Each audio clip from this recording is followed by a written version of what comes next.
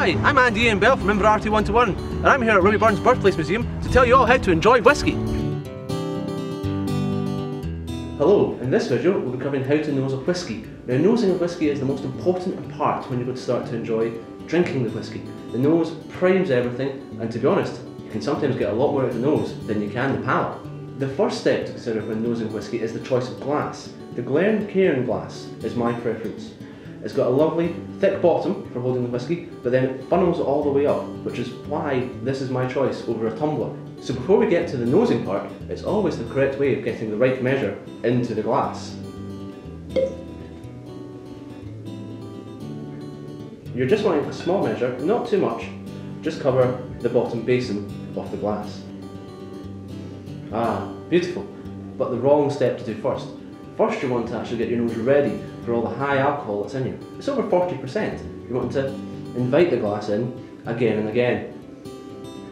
That's how you nose, firstly. The second one I was going about is nostrils. It's comical, but it's true. One of your nostrils is always more dominant than the other one. You do get some funny, strange looks and bars when you're doing this, but this is the correct procedure for nosing whiskey. Now that you're a bit more in tune with how to nose the first part, the second part is why this glass is so important, is the swirl. Now, if you're not too confident with the swirl in one hand, you can easily put it on the table and swirl from there. Now what you're doing here is you're funneling all those lovely flavours and aromas all the way up the glass. So when you invite yourself back into it, there's more flavours and aromas than there was before.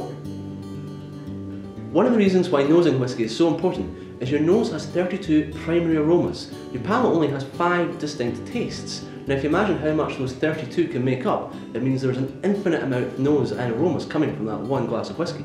So always smell your whiskey before you drink it. So the main thing to remember is firstly, pick the correct glass. The preference is the Glencairn whiskey glass because of its shape. Secondly, remember to swirl it to release some of the aromas up the glass. And third, invite it into your nose. Don't send your nose straight into the glass. That's just going to hurt. And that's how to nose whiskey.